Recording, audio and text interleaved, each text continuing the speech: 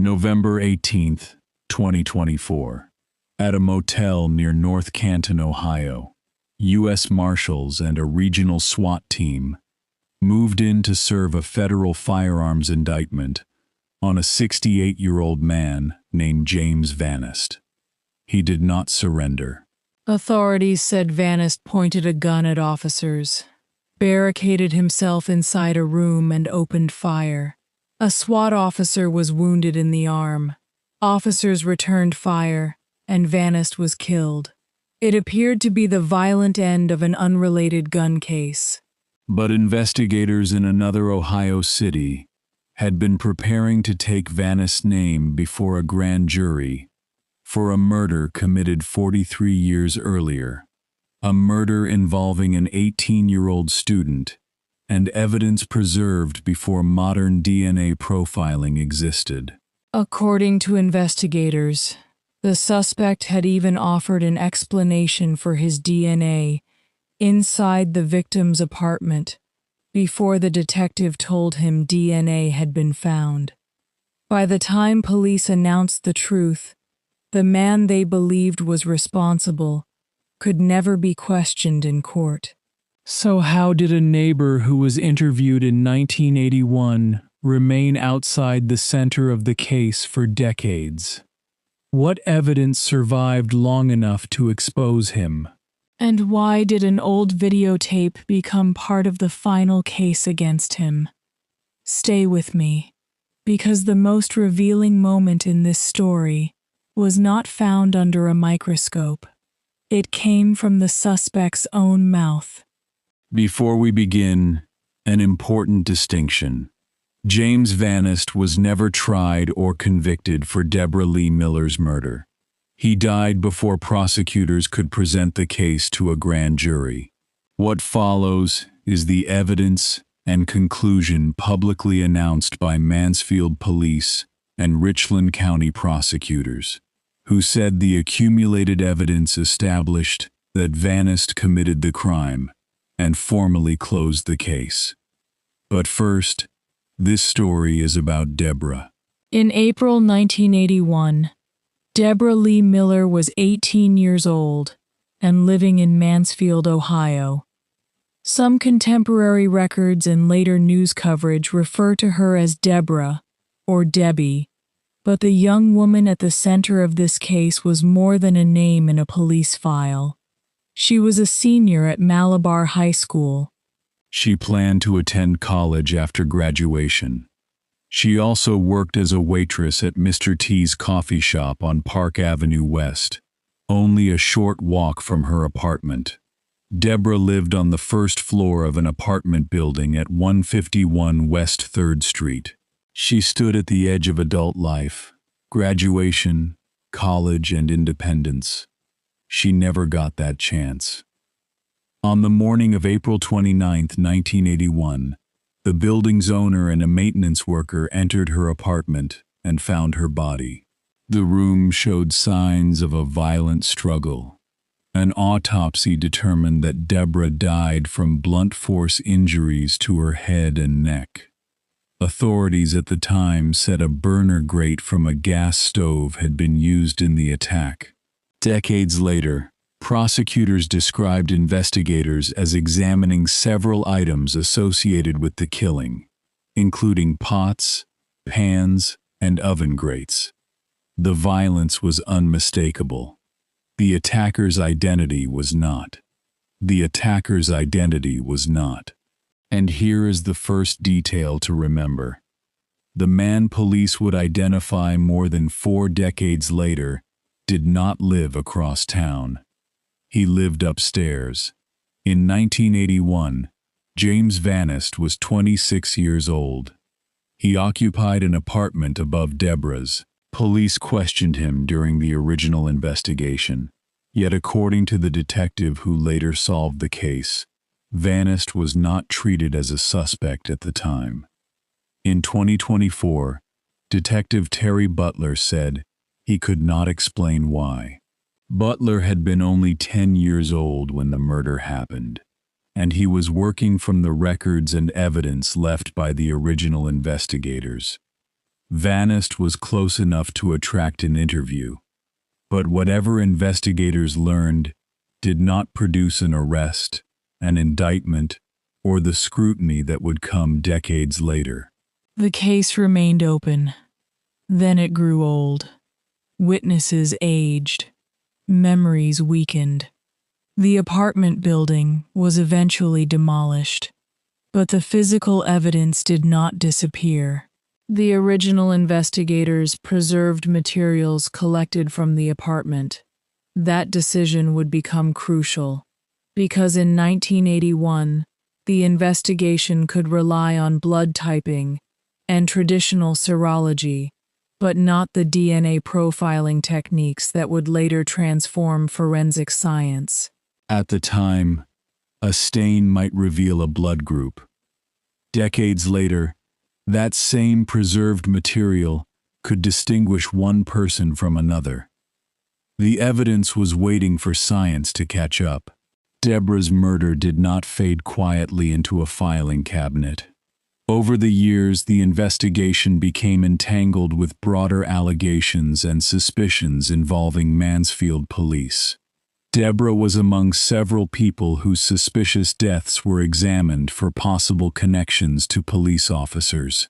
A special investigation ordered by the mayor concluded in 1989 that there was no evidence linking officers to the deaths. However, the report raised questions about relationships between officers and Deborah, as well as the handling of some homicide investigations. That history complicated public understanding. Unanswered questions created theories, but theories were not evidence. Deborah's case still had no courtroom answer. It was reopened more than once. In 2017, investigators reportedly obtained an identification from a fingerprint at the scene. That person was already dead, however, and the lead did not produce an arrest. The case still needed the missing piece. Then, in 2021, a retired Mansfield police lieutenant named Dale Fortney approached Detective Terry Butler. Fortney had never forgotten Deborah's murder. He believed the case might be one small piece away from being solved. Butler listened. Instead of accepting the old investigation as the framework for a new review, Butler and DNA analyst Dawn Fryback began again. They did not simply reopen the file. They reconstructed the case as though the murder had just happened. And what emerged from the evidence would lead directly back to the apartment upstairs. In 1981, James Vanist was 26 years old. He occupied an apartment above Deborah's. Police questioned him during the original investigation. Yet according to the detective who later solved the case, Vanist was not treated as a suspect at the time. In 2024, Detective Terry Butler said he could not explain why. Butler had been only 10 years old when the murder happened, and he was working from the records and evidence left by the original investigators. Vanist was close enough to attract an interview, but whatever investigators learned did not produce an arrest, an indictment, or the scrutiny that would come decades later. The case remained open. Then it grew old. Witnesses aged. Memories weakened. The apartment building was eventually demolished, but the physical evidence did not disappear. The original investigators preserved materials collected from the apartment. That decision would become crucial, because in 1981 the investigation could rely on blood typing and traditional serology, but not the DNA profiling techniques that would later transform forensic science. At the time, a stain might reveal a blood group. Decades later, that same preserved material could distinguish one person from another. The evidence was waiting for science to catch up. Butler presented himself as a detective, taking another look at an old case. He did not begin by confronting Vanist with laboratory results. Yet Vanist started recounting events from the time of the murder in striking detail. According to Butler, Vanist claimed that a homeless man had once tried to break into Deborah's apartment and that he had chased the man away. He said Deborah appreciated his intervention. Then Vanist placed himself inside Deborah's apartment during the early morning hours of April 29, 1981, the day her body was found. He claimed that after returning from a bar, Deborah invited him inside. He alleged that they had consensual sex, that he became sick, and that he left. Investigators immediately recognized the significance. They had not told him about the DNA, yet he had volunteered a story that could explain why his biological material might be present in Deborah's apartment. The detective later said Vanist's account effectively placed him inside the apartment during the critical time period.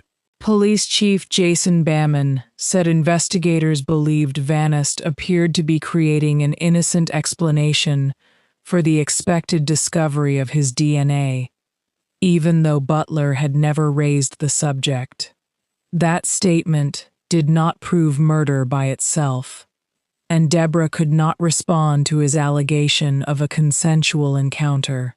But evidence is rarely evaluated one piece at a time. Investigators had Vanist's proximity to Deborah. They had his acknowledged presence inside the apartment. They had the timing he supplied. They had DNA on multiple items associated with the crime. They had a crime scene video helping them map that DNA. And they had another admission. Vanist acknowledged that he had lied during his original 1981 interview. The case was cumulative. Each piece strengthened the meaning of the others. But prosecutors still wanted one more confrontation. In 2024, they asked Butler to interview Vanist again, this time with the DNA evidence ready.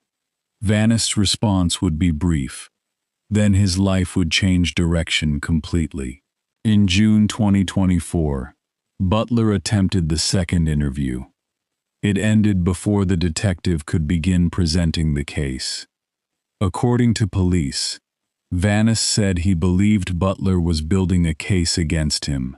He refused to answer questions and requested an attorney. Requesting counsel was his constitutional right and was not evidence of guilt. The investigation continued through independent evidence. Afterward, authorities said Vanist abruptly sold his Canton home, purchased a pickup truck and an enclosed trailer, and traveled to West Virginia. Police described him as a convicted felon who was prohibited from possessing firearms. They said he left several firearms behind at his Canton residence and was later stopped in West Virginia with 2 more guns. He was arrested on state charges and released on bond. The Federal Bureau of Alcohol, Tobacco, Firearms, and Explosives became involved. A federal indictment followed on gun charges. At the same time, Mansfield investigators and Richland County prosecutors were preparing the Deborah Miller homicide case for a grand jury. Prosecutors reviewed the physical evidence and the witnesses needed to present a murder case more than 40 years after the crime. They were preparing the next step.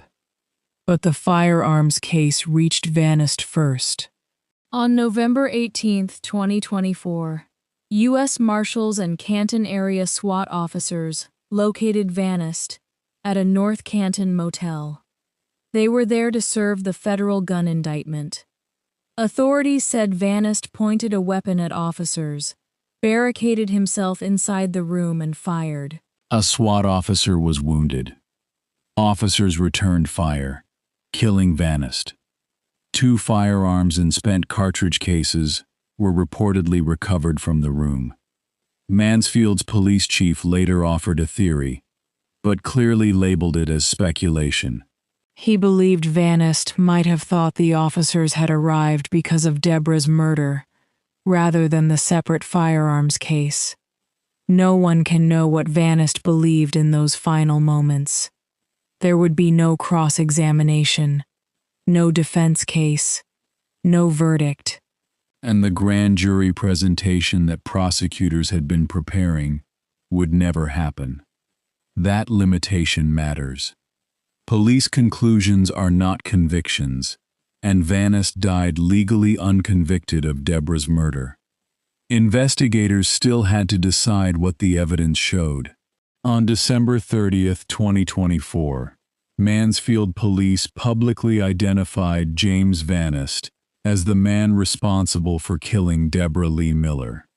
Police said DNA linked him to multiple items, including evidence directly associated with the attack. Investigators paired those results with the crime scene video, the distribution of biological material, his location above Deborah's apartment, his admitted presence inside during the relevant hours, and statements they believed were designed to explain the DNA before its existence had been disclosed. Richland County Prosecutor Jody Schumacher said her office had been preparing the evidence for presentation to a grand jury when Vanist died. The police chief said that, taken together, the DNA and the detective's investigation established Vanist's responsibility beyond a reasonable doubt. The department closed the case. There was no jury verdict. There was no confession. Investigators concluded that the combined physical and circumstantial evidence pointed to one person, James Vanist, the upstairs neighbor questioned in 1981. For 43 years, Deborah Lee Miller's murder remained unresolved. The building disappeared. Investigators retired. The science changed, but the evidence survived. The officers who preserved the materials in 1981 could not have known what future laboratories would recover. Yet decades later, those items produced a DNA profile. A fire department VHS tape preserved the shape of the room. A retired officer preserved the urgency of a case he could not forget. A detective returned to a killing that happened when he was a child. And an analyst performed more than 80 examinations, allowing faint traces from an old crime scene to form a pattern. The answer, according to police, had been physically close from the beginning, one floor away. It shows why cold cases deserve renewed attention. Old evidence is not always dead evidence, and sometimes a suspect's attempt to explain the evidence can become part of the evidence itself. Deborah never reached graduation. She never attended the college she planned to enter. For more than 4 decades, her identity risked being reduced to the final violence committed against her. But she was an 18-year-old student, a waitress, a daughter, and a young woman planning a future. The resolution of a case cannot restore that future. It cannot replace a trial that never happened, and it cannot answer every question about the failures and lost opportunities of the original investigation. What it can do is return the focus to the person whose life was taken and establish, as responsibly as the available evidence allows, what investigators believe happened. Detective Butler said the message from the case was simple. Investigators do not give up. They keep digging. For Deborah Lee Miller, that digging lasted 43 years. The last chapter did not end in a courtroom. It ended with preserved evidence, modern science, and the name of the man upstairs.